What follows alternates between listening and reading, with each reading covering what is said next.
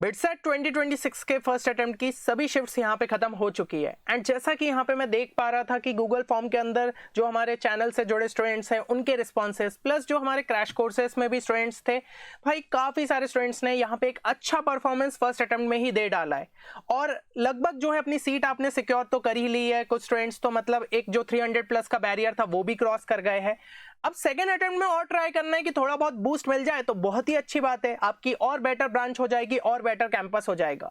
लेकिन जो मेजॉरिटी यहाँ पे स्टूडेंट्स में देख पा रहा था कि उनके जो है स्कोर यहाँ पे कम भी रह गए बिटसेट एग्जाम के अंदर, तो भाई फर्स्ट अटेम्प्ट में अब जो भी हुआ उसको भूलते हुए हमें सेकेंड अटेम्प्ट के लिए अपना बेस्ट देना है और एज अ वॉरियर आपको जो है इस एग्जाम के लिए यहाँ पे अब अपीयर होना होगा। जो गलतियां हुई सब चीजों को भुलाना है, पुरानी जंग हार भी गए तो क्या हुआ, अब जो ये नेक्स्ट जंग है इसको किसी भी हाल में हमें जीतना है। तो सबसे पहले तो एक चीज जो है आप यहां पे करिए, कमेंट सेक्शन के अंदर अपनी कैटेगरी मेंशन कर दो। कैटेगरी कैसे कि अगर आपका जो यहां पे फर्स्ट अटेम्प्ट है उसके अंदर स्कोर लेस देन 150 रहा तो कैटेगरी 1 लिख देना, अगर 150 टू 220 के बीच में रहा तो कैटेगरी 2 लिख देना, 220 टू 270 के बीच में रहा तो कैटेगरी 3 लिख देना एंड कैटेगरी 4 यानी कि 270 प्लस के ऊपर रहा तो कैटेगरी 4 लिख देना। ये लिखना क्यों जरूरी है, क्योंकि भाई तुम्हें ये चीज सबसे पहले तो एक्सेप्ट करनी पड़ेगी कि तुम्हारा स्कोर यहाँ पे कहाँ लाए कर रहा है और तुम कितना टारगेट अब जो है सेकंड अटेम्प्ट के अंदर अचीव कर सकते हो। तो सबसे पहले ये चीज करना, और ये वीडियो में भी मैं जो है हर एक कैटेगरी के लिए यहाँ पे बताने वाला हूँ प्लान की कैसे तुम जो है चीजों को यहाँ पे अब इंप्रूव कर सकते हो। और अगर आप चाहते हो कि अभी तक जितनी फर्स्ट अटेम्प्ट की अपनी सारी शिफ्ट्स हो चुकी है उन सभी का मैं एक डिटेल्ड एनालिसिस आप सभी के लिए लेके आऊं, क्योंकि ये सेकंड अटेम्प्ट के लिए बहुत ज्यादा यूजफुल रहने वाला है। जो भी हाई वेटेज मोस्ट रिपीटेड हमें पोर्शन देखने को मिले वो कवर करूंगा, साथ ही साथ कौन से की पॉइंट्स ध्यान रखने, कहां पे स्टूडेंट्स की गलतियां हुई ताकि आप अवॉइड कर सकते हो, और मेमोरी बेस्ड क्वेश्चन, सब चीजें आपको इस वीडियो के अंदर देखने को मिलेगी, जिसके लिए एक छोटा सा टारगेट हम लेते हुए चल रहे 500 प्लस लाइक्स का। तो भाई जिस हिसाब से मैं आपके लिए कंटेंट लेके आ रहा हूँ हर बार, तो इस बार जो है एक छोटा सा टारगेट लेते हुए चल रहे, अगर ये पूरा होता है तो डेफिनेटली ये वीडियो मैं बहुत जल्द आपके लिए जो है रिलीज करूंगा। अब यहाँ पे हम जो है बात करते हैं सेकेंड अटेम्प्ट की। तो देखो भाई सेकेंड अटेम्प्ट जो है आपका यहाँ पे एक रैंक चेंजिंग एग्जाम हो जाएगा। रैंक चेंजिंग एग्जाम इस सेंस में कि भाई कई सारे स्टूडेंट्स मैंने पिछले साल भी देखे थे भाई जिनकी जंप 180 से 270 भी रही, 220 टू 310 भी रही, ये जंप मारी है स्टूडेंट्स ने। बाकी स्टूडेंट्स जो है थोड़ी बहुत ही जंप दिखा पाते हैं, लेकिन कई सारे स्टूडेंट्स एक बेहतरीन जंप भी जो है यहाँ पे सेकेंड अटेम्प्ट के अंदर दिखा देते। तो उसके पीछे क्या रीजन रहता है, क्या वो अपनी गलतियों को यहाँ पे समझ पाते, तब जाके ये चीजें हो पाती है। तो आपको आपकी मिस्टेक्स को सबसे पहले एक्सेप्ट करना पड़ेगा। अभी भी अगर जो है वही ईगो में हो कि मेरा जो है कैसे पेपर बिगड़ गया, मुझे तो सब आता था, तो आप नहीं इंप्रूव कर सकते हो। दूसरी चीज अपनी स्ट्रैटेजी को यहाँ पे फिक्स कर लेना पड़ेगा। अभी भी इधर उधर सब जगह भाग रहे कि भाई ये भी कर लेता हूँ वो भी कर लेता हूँ, तो फिर बस करते ही रह जाओगे, कभी चीजें पूरी हो नहीं पाती है। तीसरी चीज प्रेशर के अंदर प्रैक्टिस करते हुए आना चाहिए। कई सारे स्टूडेंट्स ऐसा बोलते हैं ना कि भैया मॉक टेस्ट के अंदर ये स्कोर आ रहा था, एक्चुअल एग्जाम में हमारा स्कोर बिगड़ गया, क्या प्रेशर के अंदर प्रैक्टिस कर पाए? इसमें आपको क्या करना पड़ेगा, खुद को एग्जाम एनवायरनमेंट में आप बिठाना पड़ेगा। हो सकता है आपके एग्जाम सेंटर के अंदर एसी नहीं चल रहा हो सकता है पंखा भी नहीं चल रहा हो, तो भाई ऐसा माहौल भी खुद के लिए क्रिएट करो। अब तो फर्स्ट अटेम्प्ट में आप जो है फील ले चुके हो, तो उस हिसाब से ही खुद को फील देने की कोशिश करो। जब ये एग्जाम प्रेशर को आपने जीत लिया तो और बेटर जो है आप अपने सेकेंड अटेम्प्ट में परफॉर्म कर पाओगे। एंड एक चीज जो है ध्यान रखिए, कौन सी गलतियां ज्यादातर स्टूडेंट्स यहाँ पे फर्स्ट अटेम्प्ट के बाद करते हैं जिसके कारण उनका स्कोर कभी बढ़ नहीं पाता है। सबसे बड़ी गलती होती है कि पूरी थ्योरी वो फिर से पढ़ने की अब कोशिश करते। पहली बात तो एक समझो कि भाई तुम्हारे पास मुश्किल से 30 से 35 दिन है, अब तुम फिर से यही चीज करने लग गए तो उसकी वजह से तो तुम्हारा फर्स्ट अटेम्प्ट में स्कोर नहीं आ पाया। तो भाई अपनी स्ट्रैटेजी तुम्हें यहाँ पे जो है चेंज करनी पड़ेगी, पूरी थ्योरी नहीं बल्कि जो बिटसेट रेलिवेंट चीजें हैं उनको यहाँ पे देखना पड़ेगा। जहां पे चीजें तुम्हारी छूट गई उसको प्रॉपर तरीके से कंप्लीट करना पड़ेगा।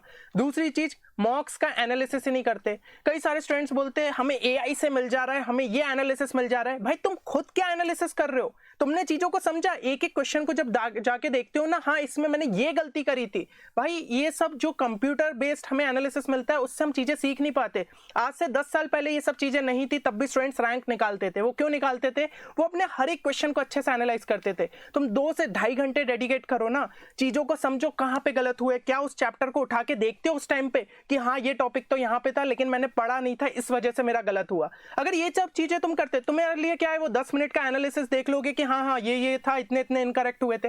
अरे भैया उसमें समझो, एक एक क्वेश्चन पे जो है टाइम इन्वेस्ट करो, तब जाके तुम्हारी गलतियां सुधरेगी। तीसरी चीज, अपनी स्पीड को ही इंप्रूव नहीं कर पाते, क्योंकि भाई वो उनको क्या लगता है, ठीक है बिटसेट में मेरा सिलेबस छूट गया था इसलिए शायद अच्छा स्कोर नहीं आ पाया, बिटसेट में शायद जो है मैंने क्वेश्चंस प्रैक्टिस नहीं किए थे इसलिए नहीं हो पाया। लेकिन भाई तुम्हारा स्पीड एक बहुत बड़ा फैक्टर था। तुम जब क्वेश्चंस कम अटेम्प्ट करके आ रहे हो, 70 से 80 क्वेश्चन ही अटेम्प्ट कर रहे हो, तुम्हारा स्कोर कैसे 300 प्लस पहुंच सकता है? तुम भाई 210 से 240 मैक्सिमम ला सकते हो, और उसमें भी तुम्हारी नेगेटिव मार्किंग होगी तो तुम्हारा स्कोर 150 तक ही रहना था। तो ये चीज तुम्हें समझनी पड़ेगी। और कई सारे स्टूडेंट्स इंग्लिश और एलआर जो कि फ्री के नंबर रहते उनको छोड़ देते। यार ये एक ऐसा सेक्शन है जिसमें ज्यादातर स्टूडेंट्स 75 to 80 के आसपास लाके अपने स्कोर को इस लेवल पे पहुंचा देते कि भाई कम से कम कोई ना कोई ब्रांच बिट्स पिलानी में मिल जाए। तो अभी भी सेकंड अटेम्प्ट में वो चीज की जा सकती है। और मॉक्स को बिल्कुल भी कैजुअली मत दो। अभी मैंने बताया प्रॉपर एग्जाम एनवायरनमेंट में बैठो, ये नहीं कि उस टाइम पे अपनी बुक खोल के देख रहे हैं। अरे भाई एग्जाम का फील खुद को बार बार दो, एक बार नहीं, दो बार नहीं, 10 बार दो, तब जाके एक्चुअल एग्जाम में तुम यहाँ पे परफॉर्म कर पाओगे। अब एक तुम्हारे फायदे की यहाँ पे मैं चीज बताना चाहूंगा कि यहाँ पे इन सब चीजों को कवर करते हुए हमने तुम्हारे लिए लॉन्च किया है बिटसेट 2026 क्रैश कोर्स। और यकीन मानो अभी फर्स्ट अटेम्प्ट के अंदर हमारे कई सारे स्टूडेंट्स जो कि कोर्स में एनरोल्ड थे, उन्होंने एक अच्छा स्कोर निकाला। उन्होंने ये चीज पाई कि जो शॉर्ट ट्रिक्स मैंने आपको इस कोर्स के अंदर बताई उससे उनको स्पीड काफी ज्यादा बूस्ट देखने को मिली। और ऐसा नहीं बोलूंगा मैं कि भाई आपको सभी क्वेश्चंस में शॉर्ट ट्रिक लग गई, लेकिन जो भी उनके 6 से 7 क्वेश्चन में लगी, जो टाइम उन्होंने सेव करा, उससे वो और ज्यादा क्वेश्चंस यहाँ पे अटेम्प्ट कर पाए। साथ ही साथ इसके अंदर आपको कंसाइज वीडियो लेक्चर्स मिल जाते हैं जो कि बिटसेट पर्सपेक्टिव से आपके लिए काफी इंपॉर्टेंट है। जो डिलीटेड सिलेबस है वो भी यहाँ पे कवर देखने को मिल जाएगा। और यहाँ पे आपको डीबीपी, शॉर्ट नोट, साथ ही साथ 10 फुल लेंथ मॉक टेस्ट तो मिल ही रहे, 5 और additional full length mock test आपको मिल जाएंगे 20 अप्रैल तक, जो कि फर्स्ट अटेम्प्ट के ही बेसिस पे आपके लिए तैयार किए जा रहे हैं। जैसे जैसे हमारे पास जो डेटा आता जा रहा है मेमोरी बेस्ड क्वेश्चंस, उसी के बेसिस पे वो तैयार किए जाएंगे, तो आपके लिए और ज्यादा जो है रेलिवेंट प्रैक्टिस के लिए साबित होंगे। तो आज के लिए जो है इस पे एक स्पेशल डिस्काउंट कूपन कोड है ड्रीम बिट्स का, जिसको अप्लाई करके आप कोर्स को सिर्फ 3999 पे पा सकते हो। बाकी कोई भी क्वेरी है कोर्स रिलेटेड तो you can call us at this number. और कोर्स में एनरोल करने के लिए सिंपली इस वेबसाइट पे विजिट करके आप प्रोसीजर को कंप्लीट कर सकते हैं। अब हम जो है कैटेगरी वाइज एक एक चीजों को समझते हैं। तो सबसे पहले मैं बात करूंगा कैटेगरी 1 की, जिनका स्कोर यहाँ पे 150 से कम रह गया। तो मेन प्रॉब्लम पता है तुम्हारे साथ क्या हुई? तुम्हारे जो है बेसिक्स यहाँ पे वीक थे, साथ ही साथ तुम्हारा सिलेबस इनकम्प्लीट रह गया। ये एक सबसे बड़ा तुम्हारे साथ जो है प्रॉब्लम हो गई, जिसके कारण तुम्हारा स्कोर कम रह गया। और कुछ अगर भाई एकदम एक्सट्रीम वाले होंगे कि ये चीजें कंप्लीट भी थी फिर भी स्कोर कम रह गया, तो भाई फिर तुमने जो है बहुत ज्यादा सिली मिस्टेक्स करी है। तो उस पर जो है मैं कैटेगरी 2 में आऊंगा, वो भी जो है तुम देखते हुए जाना। अब स्ट्रेटजी की यहाँ पे मैं बात करता हूँ कि भाई देखो तुम्हारे पास अब परफेक्शन का टाइम नहीं है। अगर तुम अनरियलिस्टिक टारगेट अभी एकदम से सेट करने लग गए, पहले भाई खुद के लिए एक छोटा सा स्टेज यहाँ पे डेवलप करो कि कम से कम मैं कट ऑफ तक तो क्लियर कर जाऊं। कट ऑफ का क्या मतलब है कि कम से कम भाई बिट्स पिलानी के अंदर सीट मिल जाए, सेफ स्कोर तक पहुंच जाओ। तो उसके लिए 240 260 तक का स्कोर सबसे पहले टारगेट करो, फिर 300 प्लस का अपन सोचेंगे। मॉक्स में यहाँ पे जब तुम पहुंचने लगोगे तो चीजें तुम्हारे लिए और आसान हो जाएगी। तो टारगेट यहाँ पे ये करना है। अभी अगर 80 क्वेश्चन के आसपास ही अटेम्प्ट हुए, क्योंकि मोस्टली ये स्कोर तभी जो है हमारा रिफ्लेक्ट हो सकता है, तो उसको 110 प्लस तक तुम्हें पहुंचाना है। एक्यूरेसी भी तुम्हारी काफी कम रही होगी, जिसकी वजह से स्कोर कम रह गया, तो उसको अब जो है 80% तक यहाँ पे पहुंचाना है। कम से कम 90% तक पहुंचा दिया तो भाई और ही बढ़िया है। अब इसके लिए तुम प्लान क्या फॉलो कर सकते हो? सबसे पहले तो हाई वेटेज और इजी चैप्टर्स तुम्हें यहाँ पे ढूंढ निकालने हैं, जो कि तुम्हारे लिए जो है काफी इजी हो सकते हैं। अब देखो हाई वेटेज थोड़ा सा यहाँ पे ऐसी चीज हो जाती है कि कभी कभी भाई शिफ्ट्स के अंदर कोई भी चीज को हाई वेटेज कर दिया जाता है। लेकिन अभी जैसे कि मतलब मैं फर्स्ट अटेम्प्ट के लिए भी एनालिसिस लेके आऊंगा, तो कुछ चैप्टर्स डेफिनेटली ऐसे थे जो कि बार बार पूछे गए, जैसे कि भाई एलपीपी मैथमेटिकल रीजनिंग पूछे ही गए हैं, तो उनको तो बिल्कुल मत छोड़ के जाओ ना, क्योंकि वो काफी इजी चैप्टर है। तो ऐसे ही कुछ चैप्टर्स मैंने तुम्हारे लिए ढूंढ के निकाले, जैसे कि मॉडर्न फिजिक्स हो गया, यूनिट डायमेंशन हो गया, सेमीकंडक्टर हो गया, kinematics, magnetic effect of current. ज्यादातर शिफ्ट्स में हमें अच्छा खासा वेटेज देखने को मिला। ईएमआई, इनको जो है थोड़ा सा तुम प्रायोरिटाइज कर सकते हो, है ना। बाकी जो भी तुम्हें और इजी लगे और थोड़े से अच्छे वेटेज वाले चैप्टर्स लग रहे उनको भी साथ कंप्लीट करो, पर इनको थोड़ा सा प्रायोरिटी दे सकते हो। केमिस्ट्री में एनसीईआरटी बहुत अच्छे से करोगे तो यकीन मानो कि भाई ये 30 क्वेश्चन है ना, इसमें से 25 प्लस तुम्हारे बनने ही बनने, है ना, ये चीज है। क्योंकि स्टूडेंट्स एनसीईआरटी पढ़ के ही नहीं जाते भाई, पढ़ के जाओ बिटसेट के लिए तो एनसीईआरटी ही सबसे ज्यादा जो है रेलिवेंट तुम्हारे लिए साबित होगी। और स्पेशली इनऑर्गेनिक और ऑर्गेनिक की रिएक्शंस जो है बहुत अच्छे से यहाँ पे देख के जाना। हाँ, कुछ शिफ्ट जरूर ये रही कि भाई इनऑर्गेनिक बहुत कम पूछ लिया गया, ऑर्गेनिक फिजिकल ही ज्यादा डाल दिया गया, पर हो सकता है अब सेकेंड अटेम्प्ट में चीजें बदल जाए। तो तुम्हें रिस्क नहीं लेनी है, तुम्हें अच्छे से जो है एनसीईआरटी पढ़ के जानी है। मैथ्स में matrices, vectors, 3D, probability, statistics, LPP और मैथमेटिकल रीजनिंग, ये one of the high weighted chapters हमें जो है यहाँ पे ज्यादातर शिफ्ट्स में देखने को मिले, तो इन पे तुम थोड़ा सा और ज्यादा फोकस कर सकते हो। डेली का क्या प्लान रखना है, 2 से 3 चैप्टर तो तुम्हें पर डे के उठाने ही है। कवरेज थोड़ा सा फास्ट लेवल पे करना है, क्योंकि भाई टारगेट ये रहेगा कि कम से कम 3 चैप्टर हमें फटाफट कंप्लीट करना है। 100 से 120 एमसीक्यूज तुम्हारे रोज के प्रैक्टिस होने चाहिए, क्योंकि तुम्हारी क्वेश्चन प्रैक्टिस भी कहीं ना कहीं कम थी, और इससे तुम्हारी जो है एक्यूरेसी भी बढ़ जाएगी, सिली मिस्टेक्स कम होगी अगर तुम ये क्वेश्चंस खुद से जो है प्रैक्टिस कर रहे होंगे। तो इतना कम से कम खुद के लिए टारगेट सेट कर लो, और 2 से 3 मॉक टेस्ट हर वीक जो है मई मंथ से अटेम्प्ट करना तुम्हें जो स्टार्ट कर देना है। और ये सब चीजें जो है हमने ट्राई किया है कि अपने क्रैश कोर्स के अंदर भी करें, क्योंकि हर डीपीपी में तुम्हें 30 से 40 क्वेश्चन चैप्टर के लिए देखने को मिलेंगे और बहुत सिलेक्टेड है। तो ये जो तुम्हारा डेली वाला कोटा है वहां से तुम पूरा कर सकते हो। मॉक टेस्ट भी तुम्हें 10 + 5 15 मिल जाएंगे। तो भाई जिन स्टूडेंट्स का कम स्कोर रहा है, डेफिनेटली लास्ट टाइम पे ये तुम्हारे लिए गेम चेंजर साबित हो सकता है। एंड एक चीज फिर से मैं बोलूंगा, याद रखना कि तुम परफेक्शन के लिए अभी एम नहीं कर रहे हो, तुम यहाँ पे अपनी सीट सिक्योर करने के लिए जो है यहाँ पे मेहनत करने वाले हो। तो मैक्सिमम कवरेज तुम्हें कोशिश करना है कि कंप्लीट करना है ना। 100% नहीं भी तो कम से कम 80 to 90% तुम्हारा यहाँ पे स्ट्रांग रहना चाहिए। और एलिमिनेशन स्किल्स, जो चीजें तुम्हारे लिए नहीं यहाँ पे स्ट्रांग है, जो चीजें तुम्हारे लिए बहुत ज्यादा यहाँ पे मुश्किल पड़ रही है, तो उनको छोड़ना भी सीखो। जो स्ट्रेंथ है उसको और ज्यादा जो है बेटर करने की कोशिश करो।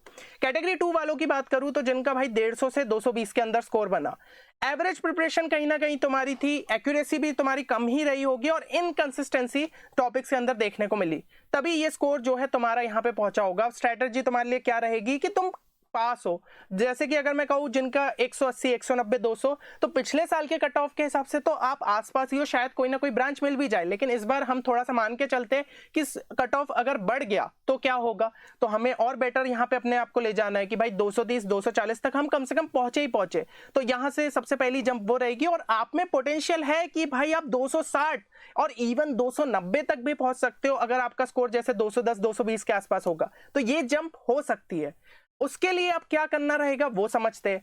तो उसके लिए आपको जो है फर्स्ट अटेम्प्ट को सबसे पहले एनालाइज करना पड़ेगा। हाँ, मैं मानता हूं आपके पास क्वेश्चंस नहीं है, पर क्या हुआ आपके दिमाग में सारी चीजें सेट है, आप एग्जाम दे के आए हो, तो भाई वो एक तरीके से मूवी ही आपके दिमाग में अभी भी चल रही होगी कि एक्चुअल में मैं कहाँ गलत गया। तो वो सारे पॉइंट्स को पेपर पे लिखो, कहाँ पे तुम्हारे से सिली मिस्टेक्स हुई, जो भी चीजें तुम्हें याद आ रही है प्रॉपर तरीके से लिखो। टाइम मैनेजमेंट में कहाँ पे तुम जो है मात खा गए वो लिखो। क्या सब्जेक्ट ऑर्डर जो तुमने यहाँ पे सिलेक्ट किया था वो तुम्हारे लिए जो है यहाँ पे सही नहीं बैठा है ना, तो अगली बार मॉक टेस्ट के अंदर अपने सब्जेक्ट ऑर्डर को चेंज करके देखो। अभी एक्सपेरिमेंट करोगे तब जाके तुम्हें सेकंड अटेम्प्ट में फायदा मिलेगा। और तुम्हारे वीक सब्जेक्ट कौन से रह गए, अगर तुम्हारे साथ ऐसा हुआ कि एक सब्जेक्ट में बहुत अच्छा स्कोर आया, लेट से 2 सब्जेक्ट में बहुत अच्छा स्कोर आया और बाकियों में कम रह गया, तो वो भी कोई काम की बात नहीं है। बिटसेट में एक चीज समझो, हमारे लिए 300 जो है बहुत अच्छा स्कोर माना जाता है 390 में से, तो उसको लाने के लिए सब में ही हमें अच्छा परफॉर्म करना पड़ेगा। तो जो 2 सब्जेक्ट तुम्हारे वीक हो रहे उस पर भी तुम्हें अब फोकस करना पड़ेगा। डेली का क्या प्लान होना चाहिए, 1 से 2 अपने वीक चैप्टर्स को इस बार उठाओ, क्योंकि जो तुम्हारी वीकनेस है उसको तुम्हें स्ट्रेंथन करना पड़ेगा। पिछले वाली जो कैटेगरी थी उनकी स्थिति काफी ज्यादा खराब है, तो भाई कम से कम वो जो स्ट्रेंथ वाले उस पर थोड़ा सा यहाँ पे टारगेट कर रहे हैं, पर वीक को उठाने का उनके पास टाइम नहीं है, तुम्हारे पास है। तो तुम अपने वीक चैप्टर्स को उठाओ और सॉल्व्ड एग्जांपल्स को जो है अच्छे से प्रैक्टिस करो। शॉर्ट नोट्स के थ्रू चीजों को रिवाइज करो, स्पेशली जो अपने स्ट्रॉन्ग चैप्टर्स है, क्योंकि उसमें थ्योरी में ज्यादा टाइम देने से अच्छा है क्वेश्चन प्रैक्टिस तुम्हारी ज्यादा से ज्यादा होनी चाहिए। 2 मॉक टेस्ट कम से कम तुम्हें वीक के देने पड़ेंगे, क्योंकि अब तुम्हारी यार चीजें है यार, तुम अगर जो है 210, 200 के आसपास स्कोर ला रहे हो तो है सिलेबस कंप्लीशन, बार बार उसी को देखने से अच्छा है कि अब जो है सीधा टेस्ट ही देने की कोशिश करो और 2 से 3 घंटे प्रॉपर एनालिसिस करो। मैं फिर से रिपीट करूंगा, इतना टाइम डेडिकेट करना पड़ेगा यार। देखो आज हम जिस एज में जी रहे हैं कि ठीक है भाई हमारे पास एआई है, सारी चीजें वही बता देता है, हम उसे एज अ जो है पेज पे बस लिखे हुए चीजों को पढ़ लेते, पर जब तुम एक एक क्वेश्चन को बैठ के देखते हो, हाँ मेरा ये सॉल्यूशन था, और जबकि दिया हुआ सॉल्यूशन इस तरीके से, तो मेरी स्टेप्स कहाँ गलत हुई? तो कुछ ना कुछ तुम सीखते जाओगे, है ना। तो उन चीजों पे तुम्हें यहाँ पे वर्क करना पड़ेगा। केमिस्ट्री में जो है वो तुम्हारे लिए एक रैंक बूस्टर साबित हो सकता है, तो उस पर थोड़ा सा ज्यादा फोकस करो। कम से कम टारगेट लेते हुए चलो कि 80% स्कोर ऐसे सब्जेक्ट में तो अपने आ ही जाना चाहिए। साथ ही साथ एलआर एंड इंग्लिश भी तुम्हारे लिए काफी हेल्पफुल रहेगा। अगर उसमें स्कोर कम रहा है तो उसको भी जो है तुम यहाँ पे इंप्रूव करने की कोशिश करो। बाकी भाई मैथ्स में स्पीड वो तुम्हें जो है बूस्ट करना ही पड़ेगा, क्योंकि 120 मार्क्स है, उसमें से अगर हमारे 90 प्लस आ गए तब हमारा ये वाला जो काम है ना कि भाई 260 270 पहुंचना चाहते हैं, तो उसमें से 1/3 काम मैथ्स ही कर जाएगा।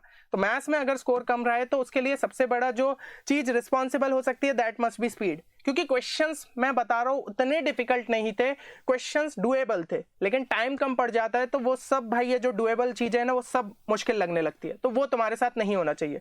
बाकी तुम्हारी ग्रोथ एनालिसिस से ही आएगी, बार बार थ्योरी पढ़ने से नहीं आने वाली, क्योंकि वो तो तुमने फर्स्ट अटेम्प्ट के लिए भी किया था। तो एनालिसिस से इंप्रूवमेंट की साइड बढ़ो कि कैसे इंप्रूव कर सकता हूँ। कैटेगरी 3 की बात करते हैं जिनका स्कोर 220 to 270 के बीच में रहा। अब देखो तुम्हारे साथ प्रॉब्लम ये थी कि तुम्हारी प्रिपरेशन तो अच्छी थी, बट तुमने जो है कहीं ना कहीं अपने मार्क्स लूज कर दिए प्रेशर में या फिर स्पीड के चक्कर में, क्योंकि तुम में पोटेंशियल डेफिनेटली है कि भाई 300 तो तुम्हें पहुंचना ही है, लेकिन वहीं पे कुछ कम होते हुए तुम्हारा स्कोर इसके बीच में फंस गया।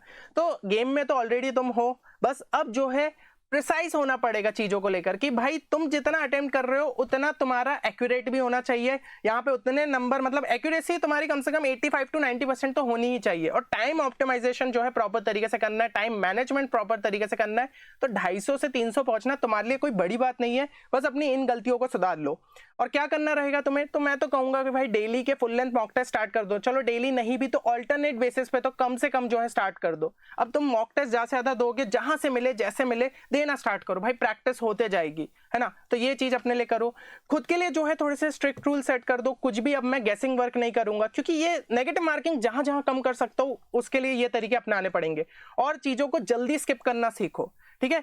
देखो एक चीज तुम समझो, जेई जैसी एग्जाम हो गई, बिटसेट जैसी एग्जाम हो गई, ये सब एग्जाम क्या होती है, ये सिलेक्शन की एग्जाम नहीं होती है, रिजेक्शन की होती है कि भाई किनको हमें रिजेक्ट करना है, जो बचेंगे उनको ले जाएंगे अपन भाई कैंपसेस के अंदर। तो यहाँ पे एग्जाम भी वैसे ही है, जो क्वेश्चन तुम्हें सिलेक्ट करने उनको भाई पिक करो, जिनको नहीं करना है उनको तो छोड़ना ही पड़ेगा। तो ये जो है अपने अंदर हैबिट लाओ, और फिर भलाई बाद में जो है अटेम्प्ट करना, तो जैसे मैंने राउंड अटेम्प्टिंग स्ट्रेटजी बताई उसको ज्यादातर जो है ट्राई करो मॉक टेस्ट में इंप्लीमेंट करने का।